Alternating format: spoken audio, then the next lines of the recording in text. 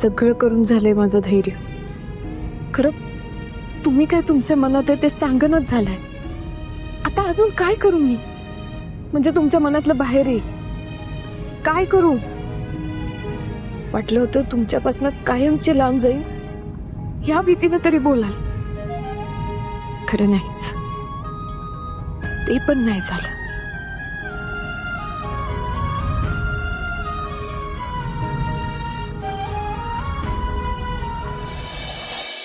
हे बघ, आता तू जे काही बघितलेस ना त्याचे सगळे पुरावे धैर्याच्या खोलीत ठेवले. ते आता सावीला मिळतीलच. आणि एकदा का तिला मिळाली की ती घर सोडून जाणारच. त्याच बरोबर तुझा आणि तुझा तो लाडका पोरगा तुझ्या आयुष्यातून कायमचा निघून जाईल.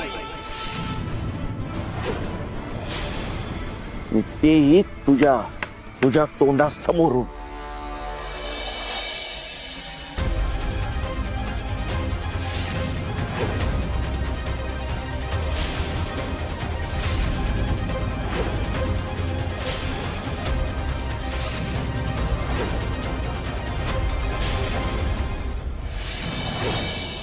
आणि मुजुमदार मॅडम, जर हे सगळं होऊ नये असं वाटत असेल तर ते सगळे पुरावे तुझ्या ताब्यात घे आणि दुसऱ्या क्षणाला धैर्य आणि इराच्या साखरपुड्याची तयारी सुरू कर.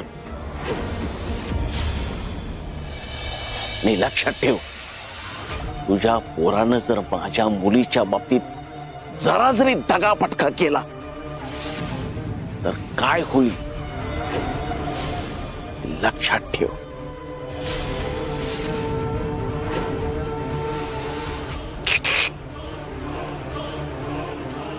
दया, तू असं काही करणार नाहीयेस.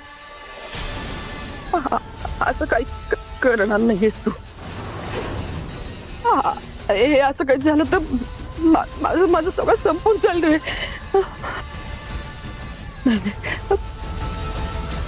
असं नाही होणार. मी असं नाही होऊ देणार. मी असं नाही होऊ देणार. मी असं नाही होऊ देणार. दामिनी मुजुमदार, असं नाही होणार. मग कसं होणार? आता खरी मजा येणार. आता मजा येणार. दामिनी मुजुमदार,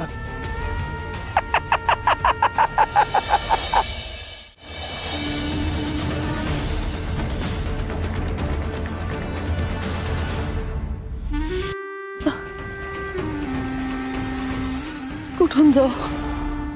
अरे देवा.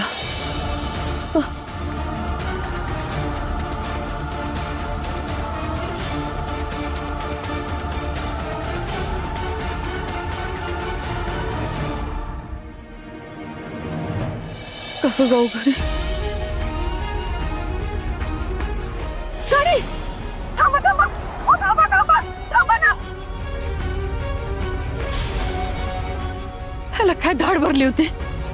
थांबलं असतं तर. नाही,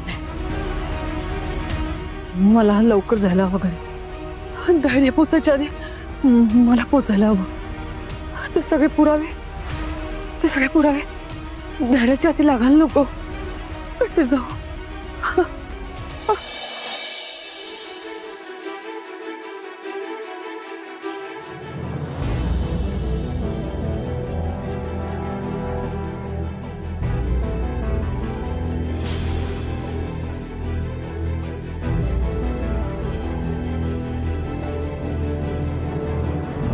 थांबा